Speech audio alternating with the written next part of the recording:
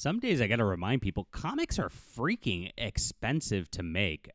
I just posted yesterday as I was paying like all of my artists that I've got nearly $10,000 in comic book art expenses this month. And it's not just because I have one project. I have a lot of projects going, and that's why we're winning, because we're doing everything that Comicsgate set out to do, that Ethan Van Sciver acted like he was doing, that your boy Zach acted like he was doing back in the day. And we're building these worlds of just beautiful, beautiful science fiction, fantasy, superheroes, and we're just going full bore, and we're not going to slow down anytime soon. So I'm so glad you guys are here, because I'm going to just kind of go through just why this is so costly, and it's something that, of course, a lot of people don't realize when they get into this game. I get a lot of emails like, "Hey, can you help me make my first comic?" And I'm like, "Well, buy an artist." And well, I don't have money. Well, no, I can't help you then.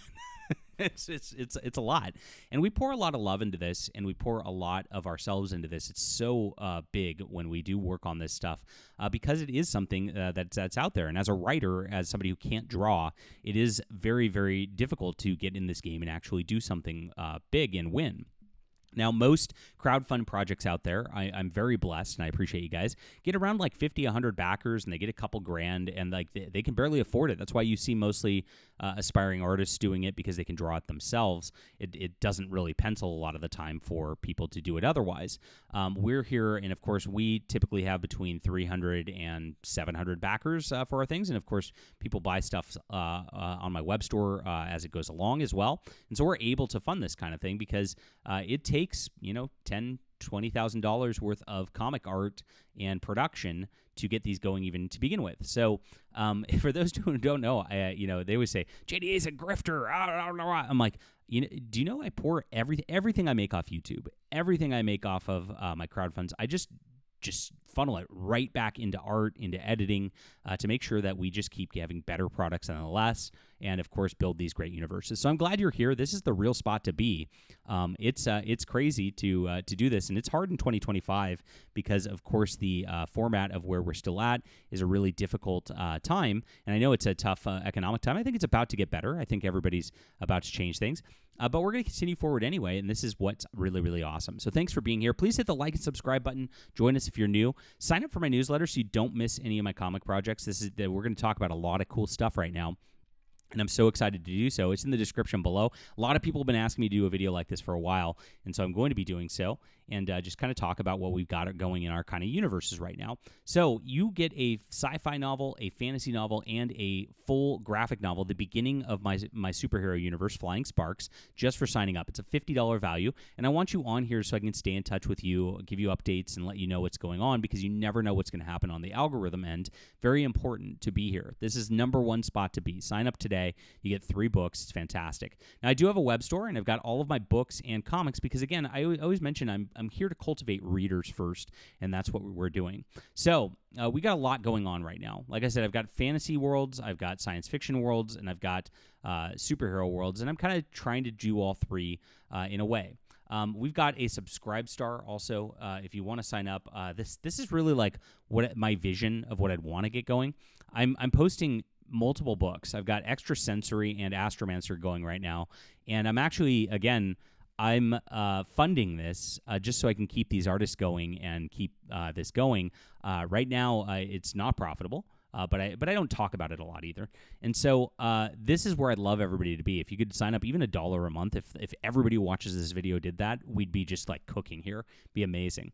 But we've got 2 books going there. I've got Extrasensory and Astromancer going. And those are ongoing books I'm just doing with 2 artists who are great people. And so I'm just I'm funding that every month while we're waiting for that to catch up.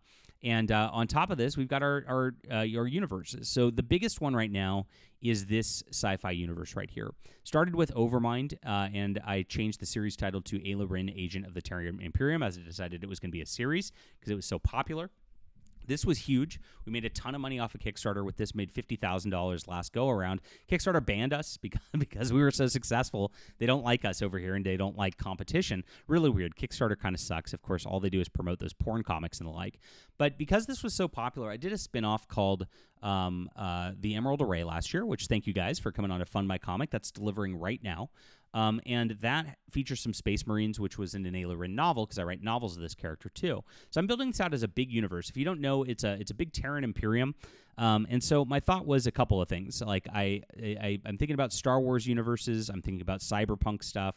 I'm thinking about the Warhammer 40K universe. And I'm like, well, okay, so how do I subvert like what mainstream does and do something different that's like the opposite? And I decided the Empire or the Imperium was going to be good and going to be benevolent. The Emperor is actually a good guy, and the people who are problems are the rebellion who's trying to subvert it from within.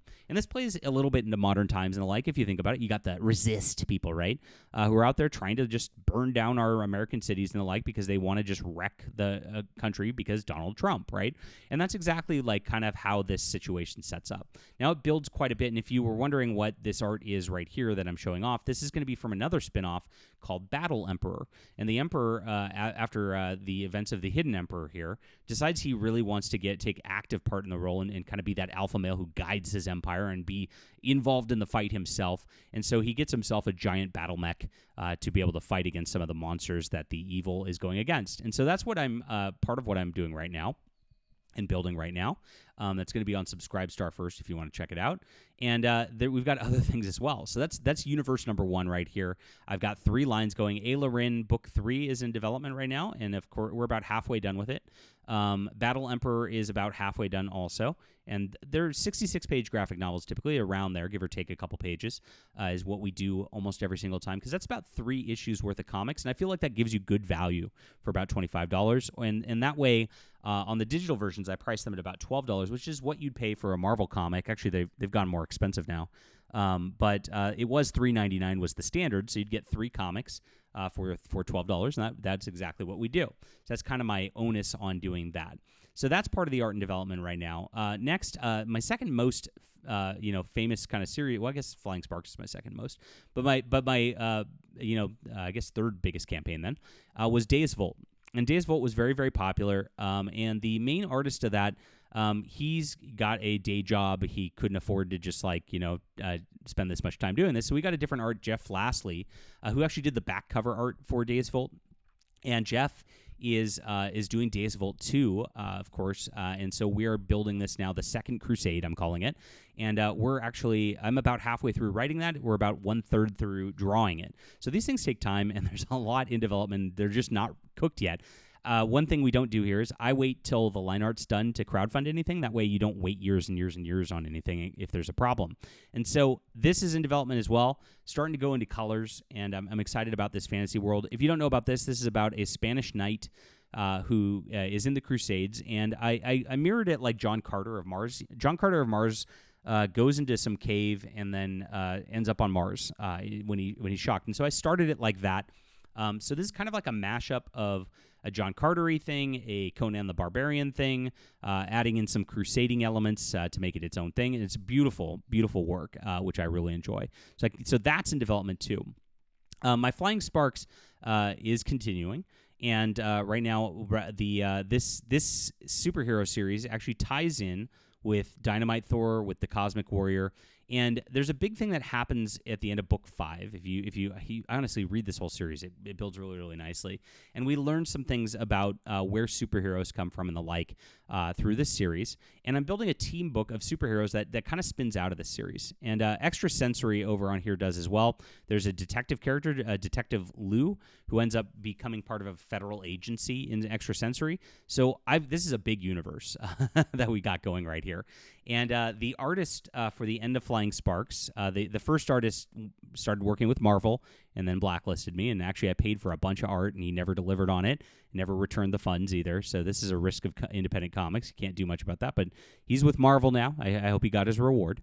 And then this new artist who did Volume 5 is actually the one doing Battle Emperor right now. Once he does Battle Emperor, I'm going to probably maybe come back and do a Flying Spark story with him again. We'll see how maybe he'll stay on Battle Emperor. Maybe we'll do a second one, depending on how popular that is. But that's kind of where that is. I've got a superhero project called Strike Team Ultima, and that's going to be spinning out of Flying Sparks. None of the characters are from Flying Sparks, but It does reference the origin of superheroes, so it is set in the same universe. And this team book is definitely like a nod to like the Image team books of the 90s, where I thought there were some cool concepts and ideas. I liked Stormwatch a lot too, which became the Authority. And I thought they just like the writing was very, very poor on the beginning of those. So I did this with a much better narrative and a much better team art, and that's about I'd say 2/3 of the way done right now as well.